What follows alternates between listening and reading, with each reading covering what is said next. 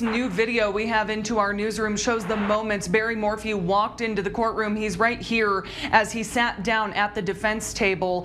And this is the first time Morphew has appeared in court in custody since 2021. It shows an object floating in this space right above me, going between these two buildings, eventually landing on that fence. They say because voters chose to have this statue put in this location more than 100 years ago, they say it would take a separate vote of the people now to have the statue moved. This letter is written on behalf of several other school districts, almost 20 of them, including District 20, 49, and 70, all of which are here in southern Colorado. If you're calling an ambulance, you probably don't have time to check your insurance plan and see if it happens to cover that specific responding ambulance.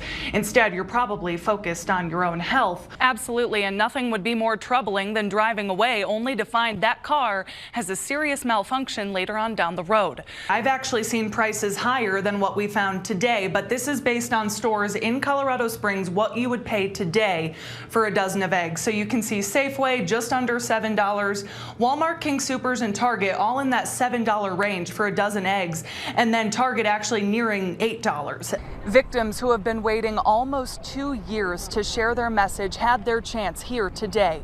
More than a dozen victim impact statements were read. Many of those people fought back tears, often using words like horror to describe this case. I asked if 11 News could do a ride-along with one of these ballot-gathering teams to show the whole process, but the clerk and recorder's office declined that request, saying that decision was made to protect the security of the election and the safety of election judges. This is Missy Woods' booking photo here. We've been covering this for several months involving her case. Now, this bill that we're talking about today could have widespread implications, stretching all the way to defendants possibly being entitled to new trials. If passed, this bill would require crime lab employees report evidence misconduct they see or find within 2 weeks. Attorneys, victims, and defendants in impacted cases would have to be notified as well. Now, convictions could be challenged and defendants could be granted new trials if a judge finds mishandled evidence impacted the outcome of their case. And this is where this could have big implications related to the Missy Woods cases. The bill summary says it, quote, requires a crime laboratory director to review all records of the crime laboratory to identify wrongful actions committed before July 1st of this year by a current or former laboratory employee. Now, this bill was just introduced in the House yesterday, and it is bipartisan, has 2 Democratic and 2 Republican sponsors. We'll continue to follow it. See, this map actually shows where they were found. Major corridors, like Adam said, Academy, Garden of the Gods, Austin Bluffs, Interquest, all where we found these signs. And the city tells me the signs were placed illegally, and crews have taken down well over 100 of them just in the past couple days. The signs have no company name, just a local area code phone number. I called that number and I got a text message in response, the one here, but that text came from a New York area phone number. The message confirms event details, including how to pay at the auction, but no address is shared until another text came to me today saying the auction is at the Antlers Hotel, like you see right here. That's a well-known Wyndham Hotel downtown Colorado Springs. I reached out to the Antlers Hotel today. We have not heard back from them as of yet. I spoke with a professional auctioneer as well. He's based in Monument. He says this is full of red flags. It's incredibly scary because they're very skilled at what they do, but they've been doing it for decades. And that's their motive. Let's convince you that we're a legitimate operation. Let's convince you that the merchandise is high-end, high quality, and then you're going to spend way above what those items are actually worth. Now, I also reached out to an attorney representing the people appearing to likely be behind these auctions. I haven't heard back yet, but we'll let you know if we do. About 200 people call the town of Rye home, but the Rye Fire Protection District serves much more than this little town. Their service area stretches about 240 square miles in southwestern Pueblo County, where Stephen Bennett is the fire chief. Continue to satisfy multiple PORA requests that are coming in with the assistance of legal.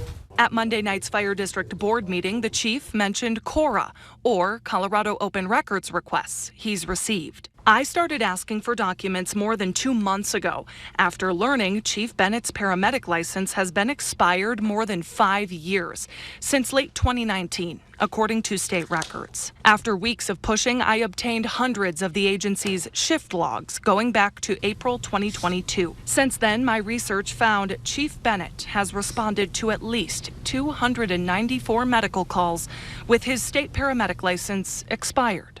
The State Department of Public Health and Environment tells me if a paramedic's certification has expired, they have no authority to provide medical care and could potentially face assault charges based on their actions. Further, if an EMS agency bills Medicaid and Medicare for services provided by an unlicensed paramedic, the agency could be required to return any payments received. Both Chief Bennett and his attorney did not respond to my multiple requests for an interview, so we drove down here to Rye to ask the chief questions in person. Chief Bennett, Melissa Henry with KKTV 11 News. Would you be interested in speaking with me about why you didn't respond to our emails or phone calls? Not right now.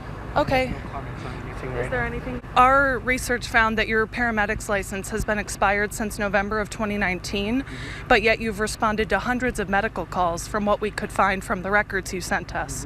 Do you have any response to that? Nope, no comment. Okay. So, Anything else that you would Nope. like us to know? nope. No, thank you. Not at this time. Okay, do you have a response to the overtime allegations that you haven't been paying your We're employees working on overtime? We're working on that and it's with legal right now, so we're working on that. So no other comment than that. Monday, Rye FD employees filed a lawsuit against Rye Fire Protection District in federal court over allegations of years of unpaid overtime and retaliation for speaking up. I sat down with the attorney representing those firefighters. It takes a lawsuit to get them to pay attention because since August, my clients have been banging a drum about these problems and nothing has been done. And there's more. The chief's son, Reese Bennett, is a lieutenant with the department. His state EMT license was expired for almost 2 years, from February 2023 through last October, which I confirmed with the state. My hours-long research found Reese Bennett responded to at least 184 medical calls while his license was expired. While the federal lawsuit against the agency is about overtime and retaliation allegations for now, attorney Ian Kalmanowitz says additional allegations related to the Bennett's lack of licensure could be added to the lawsuit. Here, paramedics administer drugs. They place IVs, they intubate patients, they do medical work, but they do it on the side of a highway in a snowstorm, or they do it next to a burning building. And it is critical that these individuals maintain their licensure. I spoke with Reese Bennett briefly on the phone, but he declined my request to use our conversation here on air. While the public records I used for this report show the Bennetts responded to hundreds of medical calls without active state licenses, the documents do not detail whether or not the Bennetts provided patient care on those calls. For 11 News Investigates, I'm Melissa Henry. We call them communal offerings, right? You can get up to 2 grams of dried mushrooms. You know, if people come here with the idea, I just want to, here's $100, I just want mushrooms. We're not a dispensary, you can leave. Benji Desival is better known by his spiritual leader title of Teopiki Des by his congregation. As you heard, he does not consider this space, his basement, a dispensary.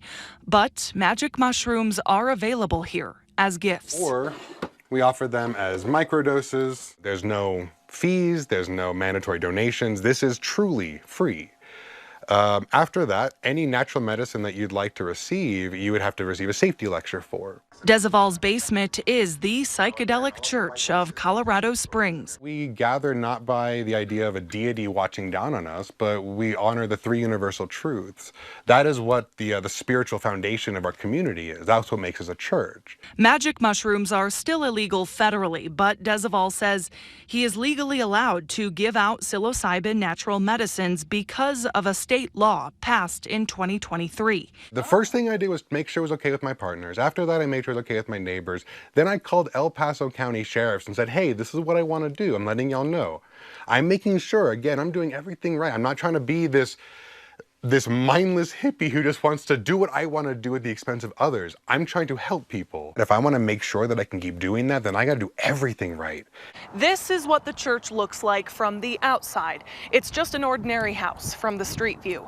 I reached out to the El Paso County Sheriff's Office, which tells me in part, quote, there does appear to be one neighbor who is upset at the church, but deputies have not found any criminal behavior. I knocked on doors along this street, and none of the neighbors I spoke with voiced any concerns about the church. You know, it's very easy to hear the word Psychedelic Church of Colorado Springs and have a lot of immediate conclusions. Ryan Lohmeyer is one of more than 300 members the church now has after being open just 1 year. You'd think that you're coming here, that people have their pupils wrapped around their forehead, and, everybody's, tripping or anything. It is far from that. In fact, I've never had, all the times I've come over here, I've never had that kind of experience. Desaval says many of his members do not take the natural medicines at all. He, however, does, saying it's for medicinal use after struggling with suicidal thoughts prior to trying magic mushrooms. I knew that my depression and my anxiety had just kind of whittled me down. Obviously, I'm still here. Mushrooms saved my life. For KKTV 11 News, I'm Melissa Henry.